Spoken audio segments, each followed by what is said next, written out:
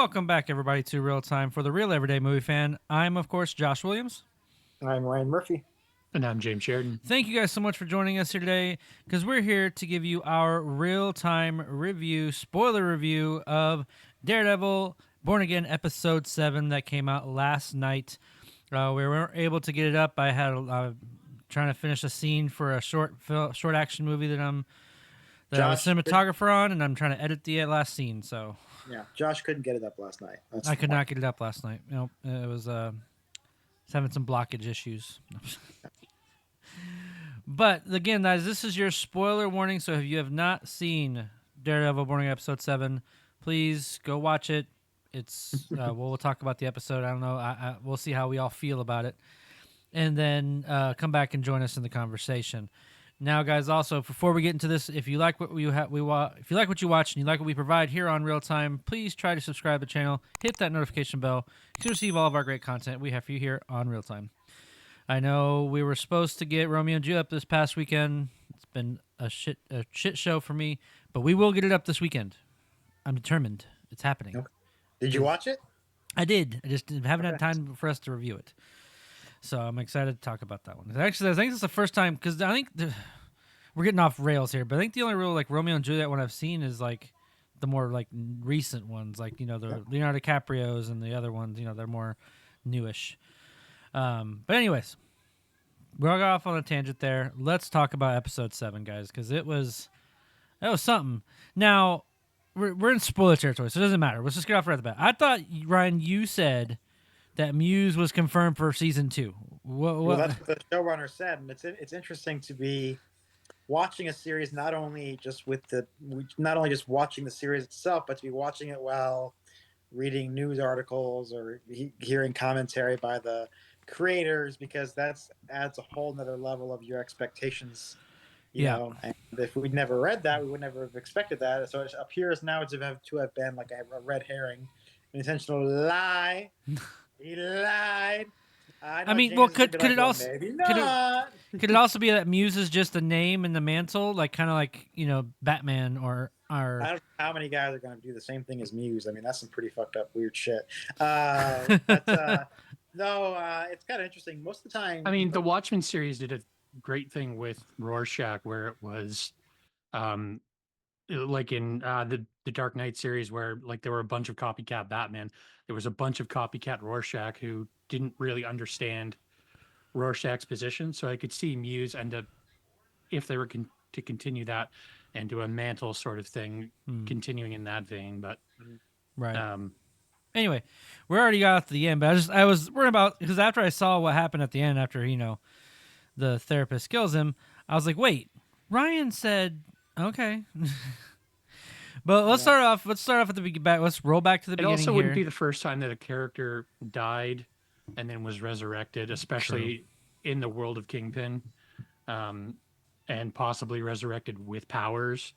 That said, Daredevil tends to be a little more grounded, so I don't know.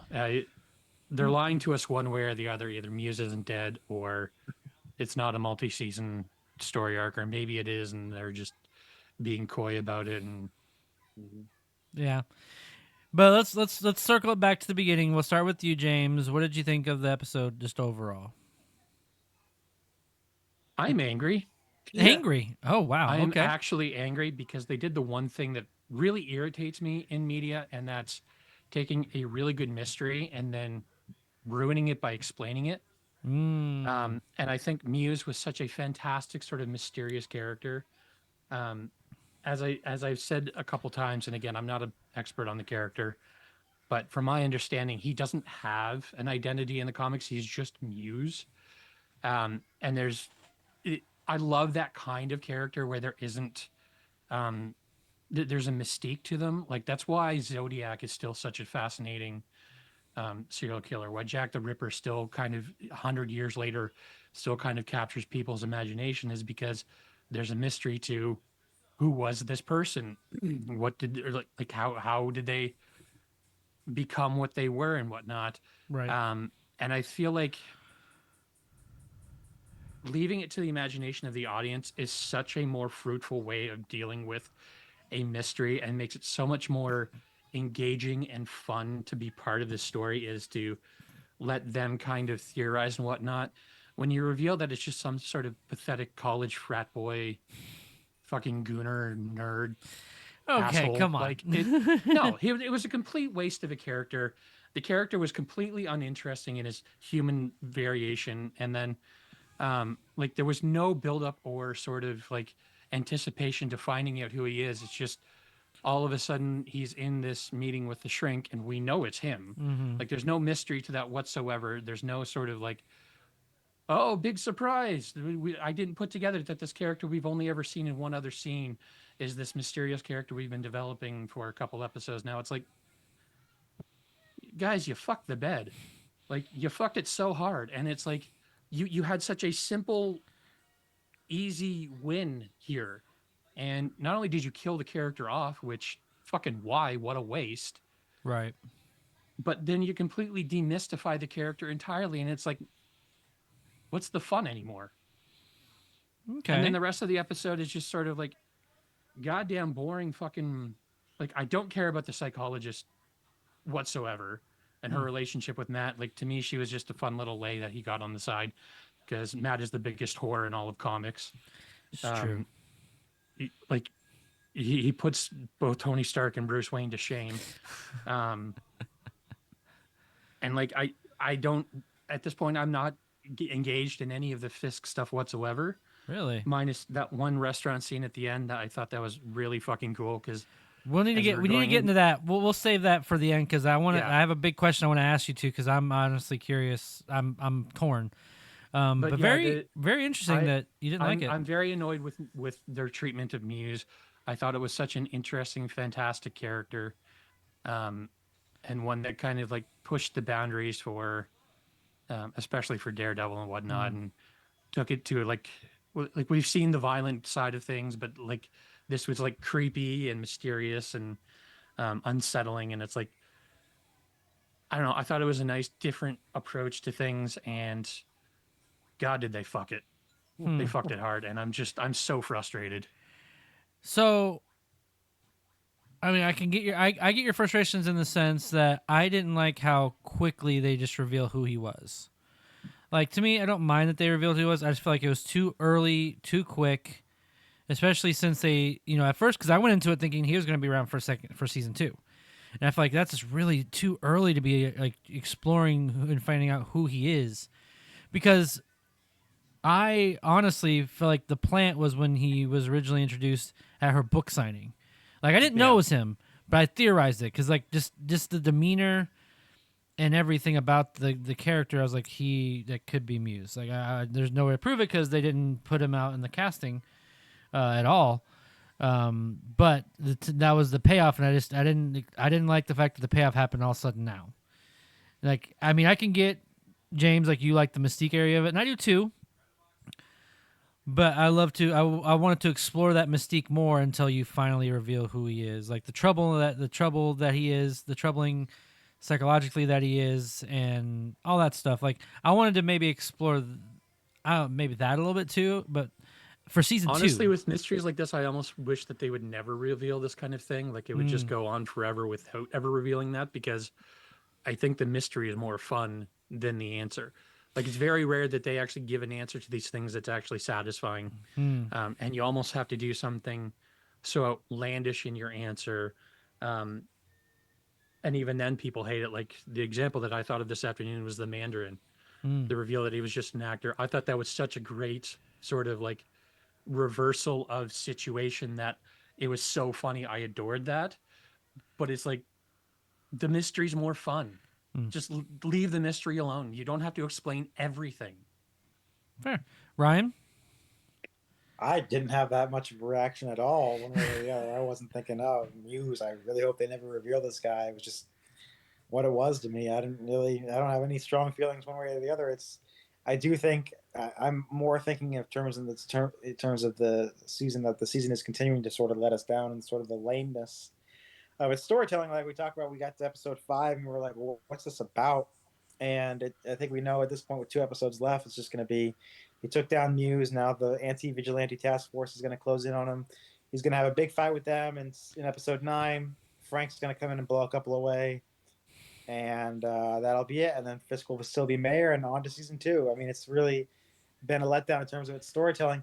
You also have to sort of point out the coincidence factor in this small world they live in, where his Daredevil's girlfriend is not only the Kingpin's marriage counselor, but also happens to be counseling the other guy. That, I mean, my goodness! And then he's also having dinner with Miss Marvel, and it's like just this crazy small world that everyone seems to inhabit, and yeah. So it's just kind of. I did like one thing is that when we did our review yesterday or last week, I was like, man, this Muse guy, for some lonely incel spray painting blood, he shouldn't go toe to toe with Daredevil for a while. And this episode, they actually talked about, oh yeah, I took kung fu, really hardcore. Taekwondo or whatever. I'm like, okay, yeah. Taekwondo, yeah. Yeah, So even still, like when he fought him in the office, it wasn't nearly as much. It was a one-sided fight for sure. Like he didn't stand a chance at all. So yeah, I mean, it's just yeah, it's what it is. It's you guys keep talking about this character Heather. I mean, Josh is like, well, I don't see their chemistry, and like, you're not really supposed to see chemistry. I don't think anyone really expects this to be going anywhere in terms of like she's not going to be around forever. She's not going to be around forever. She's not going to. They're not going to get married and have a bunch of brats. No, but this episode really leaned heavily into you caring about the Them outcome too. of what happens to her, and it's like there was no build up to that. Right. Like you haven't made me like this character at all. She slept with him a few times, and it's like they're in a very. There's a messiness of being embroiled with other people, but like I don't care. When you say she slept with him a few times, like they've been in a relationship for like months now. They say they love each other. It's sure, like, but on screen we've seen her a handful of times, and it's like we're supposed to be invested in her. Yeah, and it's a good point. I mean, I would have bought into it more like again if just the chemistry was there. Like, but him and Karen, that's chemistry right there. Those two actors, that's chemistry. Karen, they built up over several seasons, and there was a lot more focus on. Even in season 1, you felt it. Even in season 1, like when the first scenes they had together, you felt it. It's just the actors' natural way of working together. Well, you know what I mean? Like some actors. Deborah and Woll's just fucking adorable. So. But as far as seeing him now as Daredevil, like in a full episode, and him actually trying to like him. Actually actively working as Daredevil, trying to solve these things. How did you guys feel about that? But also be like, now the rift between him and Cherry is becoming more prevalent. Yeah, that's another character I don't really get two shits about. I'm not sure why he's here. It's like, okay, well, I'm mad. Okay, thanks for letting us know. Well, he's supposed to be an investigative body that can do things, get into places because he has connections that Matt can't get into, and it would actually be a benefit to a law office trying to investigate things themselves. And like there's supposed to be some concern, like some interest in him because he knows Matt is Daredevil, but it's like I don't know, they're establishing all of these little subplots and characters and whatnot that I don't feel are impacting the way that their story is trying to make them feel impactful. And like you said, like I like the guy, but it's like I'm not really bothered if like they're having a fight. It's not like watching him and Foggy have a fight where it's like this is like the destruction of a years-long friendship. This is like their work associates kind of thing, and it's like right. And I almost wonder if they're compass, and I'm not concerned that it's he doesn't agree with Matt. It's like. Make me care. Yeah. When you take out the I'm supposed to care, but I don't care. It's like your story. When you take out the bottleneck episode, this is basically telling a story with 8 episodes. Which I mean, before when Netflix it was 10, and they didn't like you maybe say they had a filler episode, so 9. Like they have a filler episode in one in certain spots, but. It almost makes you wonder, like, if they should have done 10 episodes, and you could have kept the bottleneck, but at least give yourself some more time to tell the story. So, no, I don't think. I think they're running out of story to tell already. But then again, I'm just growing less and less enthused. So, I'm still enjoying myself a lot. I love seeing Charlie Cox as Daredevil, and exploring him coming into his own more, and also now Vincent D'Onofrio. I've always loved him as Fisk, and seeing. him getting more and more agitated and just cutting a quote unquote red tape and just being that authoritarian mayor that he wants to be is just slowly coming more on the surface. Again, I fully believe that there was not meant to be like a big overarching story or like beginning and solution like season 1 is or season 2 or season 3. I feel like it's more of a character, these two characters becoming into their own of who they're naturally supposed to be. But then again, I'm okay with that. Most people aren't. What I want to get into now for this episode is the end, which, there was a scene there where Miss Fisk, Vanessa, the tracksuit mafia dude, comes up to him, comes up to her and, trying to basically portray Fisk so that she can run the stuff again. She sent him that text that he's there alone. My question to you guys is, because I honestly don't know. I really don't know. Did she set the tracksuit guy up to die because he wasn't playing by the rules? Or did she literally just try to assassinate her own husband? She's playing both sides. That's fair. You think so? Yeah. Okay. I think she's clearly become just as manipulative and like sort of, I don't even want to say evil necessarily, but like she's on sort of the same level as Fisk at this point. She was running the game for so long by herself. Mm-hmm. And, if her husband dies, then she inherits everything.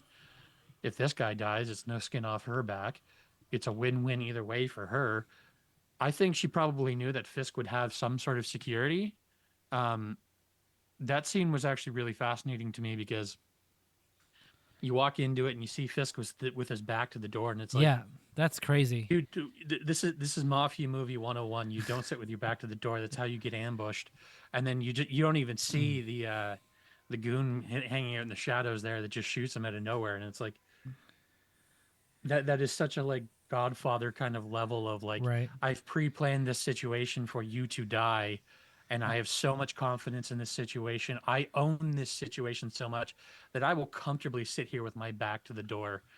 And it's actually one of the few moments in this season where it's like, oh yeah, Fisk is a badass. Yeah, a little bit, but that makes me wonder because after the guy gets shot, he goes, I'll call Vanessa and ask her if she wants this and this. Like, does he know then that? Yeah, I didn't even think about that. I just thought that she's trying to have her husband killed, and it didn't even occur to me until now that it could be like they had just planned that together, which is also a possibility. It is definitely, I think, taking some liberties there because, well, in the series, all 4 seasons up to this point, and in the comics, at least the comics I've read, and I admit that I think the latest one with Vanessa I would have read would have been in the 80s, and comics have been around for a long time, so I really don't know where their marriage stands. But in the comics I've read and the show we've watched, his love for Vanessa is, pretty unquestioned and it's a very strong bond they have. And, to sort of see their marriage going south to the point where, she's trying to kill him. I'm like, shit. They've had a very complicated relationship.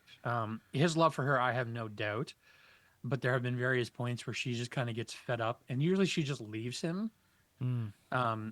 And he's sort of had like an isolated or like a strained relationship with his son as well. Which again, I kind of alluded to earlier in this conversation, but right. To my knowledge, she's never been like an outright villain in any of this. She usually just gets fed up and kind of walks away from the marriage. Where like she's always been sort of complicit and aware that he's doing terrible things, but kind of just from my memory, and maybe I'm wrong, maybe there's books where they go deeper into this, but everything I've ever read or seen, she usually just kind of stays off to the side. It's sort of like Diane Keaton in the Godfather films, where it's like she's aware that Michael Corleone is doing terrible things, but just kind of goes about her life and doesn't really become involved in it until it kind of like falls on their doorstep, and then she kind of leaves them. But this is the first time I'm aware of where she's kind of, and I want to emphasize that I'm aware of, where she is just an out and out villain and like deep involved in the nefarious deeds and whatnot, and like a willing participant in all of this and not just sort of like forced into it by accident. But they've slowly been building that over the first 3 seasons, where like she becomes deeper and deeper, and sort of like there's moments where like he kind of asks her, "Are you sure you want to kind of be part of this thing?" And like she seems absolutely devoted to him and whatever else he's dealing with, kind of thing. Whereas the absence in between the last season and this season, she kind of took over things, became sort of a de facto godfather herself. And Mm-hmm. now that he's back, there's, I guess, sort of a tension and rivalry. So maybe she was trying to kill him. Maybe she was in on it. Maybe she's playing them both. I don't know. But What? she's certainly not as innocent as she typically is. Yeah, because we'll find out. Because to me, even like when he said what he said, like to call Vanessa, I was almost like, does he know? Is he now going to confront her? Like, I guess we'll find out next week. Because Fisk is a very But smart guy. Like, based on that scene and just the like sheer arrogance of like his seating situation, everything, it feels like, I said, it feels like a moment where it's like he feels untouchable in that. And Yeah. even if Vanessa is trying to kill him just sort of like treating it as like a normal Sunday sort of thing, it's crazy. to me leads into that. It's part of that whole sort of like arrogance of like, even my wife can't hurt me, Yeah. kind of thing. And I'm just gonna send her flowers, and not in a malicious way, just sort of like, again, Right. it's another Sunday to him or another Friday evening or whatever. Yep. Yeah. So, I mean, overall, I mean, I'll let you guys get your overall thoughts on what you're hoping to see these last 2 episodes. But I didn't mind seeing, getting the reveal. I just didn't want it to be so soon. I love the action. I mean, the Daredevil fight scenes were great, and then seeing Fisk kind of make the Vigilante Task Force take credit for killing Muse, that adds more into that, because he does not want to give Matt any kind of like win, which is very interesting, because he knows Matt is Daredevil, and he knows Daredevil's out there, yet he's not yet called him out in public of No, who because he they have this tenuous agreement where they can kind of both ruin each other's lives, and I guess that's true. they kind Mutually of assured destruction. mutually Yeah. assured destruction, and That's true. That's true. I forgot all about that. So I yeah, do find it interesting that both the task force and Fisk assume that Daredevil killed this guy when he was clearly shot to death. And it's like, when has Daredevil ever used a fucking gun? right. That's actually not in this show, but that just brings to mind the famous cover. You remember the famous cover of Frank Miller where he actually has Daredevil brandishing a revolver on the, because he actually does shoot Frank in that issue. Like it's like season 2 where Frank's trying to get away and Daredevil picks up Frank's gun and shoots him in the leg. But it's not usually his MO, and like no, when it's the police not. investigate scenes, like he may leave a guy for dead, kind of thing, but it's like it's usually beating the crap out of him, and he certainly laid the guy out, but he was clearly killed by a gun, and it's like, yeah. Overall, the show so far, it started off strong. It's stumbling a little bit. I'm just hoping they stick to landing these last 2 episodes. James, then we'll go Ryan. Yeah, I've spent a lot of time complaining about the show, and I want to emphasize that I actually do enjoy it for the most part. There's just a lot of things that I'm like, I can't quite get past, like there being no larger story, it being very episodic. Again, I seem to be more passionate than you guys about the fact that they biffed the mystery, and it's like, I love a good mystery, and I love them just kind of like playing that out and letting that last. And like we always get these characters from like their perspective, and it's like, it's fun to see a character from an outside perspective where we don't know who they are. Like the boys have done it so well with the their Batman analog character, where it's like, even when we find out who they are, it's like it's not even that big of a deal. It's just sort of like, just having that weird mysterious character is just so much fun, and this episode really kind of ruined that. I'm still kind of enjoying the series, and I want to enjoy these last 2 episodes, but their track record so far has been really hit or miss, and I'm like, if you've already promised us you were going to get more Muse later on, and then you murder him, can I trust anything you say about anything anymore going forward? Yeah, show that you're a liar. Like either you're lying that he's dead, or you're lying that he's going to be in multiple seasons, and it's like, I would rather him be in multiple seasons. The fact he murdered him so soon, it's like, it's Marvel all over again. Like every time we get, they burn through villains so quickly and just throw them aside, and it's like, That's why I enjoy the fact that it's so Fisk frustrating. will But we stay get as fucking mayor. 14 goddamn appearances of Loki. Like, He's coming back for Doomsday. I He know. is. Can we have some other fucking villains, please? That's And my have them complaint about last more than Kingpin, though. 3 That's episodes exactly of my a show. complaint about Kingpin, though, is that this is season fucking 4, and season 3 ended on a what seemed a pretty definitive, like, Anyway. But no, I'm with James more. I'm just kind of, it's not an awful show. They should put that on the advertisements. It's not an awful show. I'm still kind of enjoying it. Because these reviews are that they're putting on the commercials are like, a grand epic masterpiece. I'm like, who the fuck are they paying to say that? Like, I mean, yeah. I only watched the first 20 minutes of the first episode. And Yeah. that was it. Bullseye's coming back, so that's about the only thing I think. It just doesn't seem like there's many twists and turns left. It's going to be, he's going to fight the task force. I think we have to wait till season.